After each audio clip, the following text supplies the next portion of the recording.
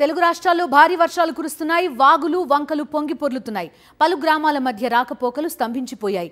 తెలంగాణలో 4 జిల్లాలకు red alert, 7 జిల్లాలకు ఆరెంజ్ అలర్ట్ జారీ చేసిన వాతావరణ శాఖ భారీ నుంచి అతి భారీ వర్షాలు కురుస్తాయని హెచ్చరికలు జారీ చేసింది.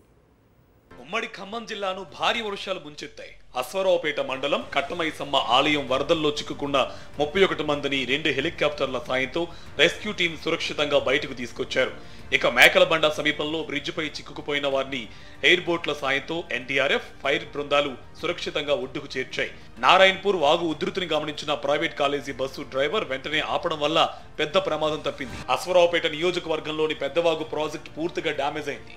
ప్రాజెక్టు కరకట్ట 2.5 కిలోమీటర్ల ఉండగా 500 మీటర్ల వరకు తెగిపోయింది. మరో కిలోమీటర్ వరకు పాక్షికంగా దెబ్బతింది.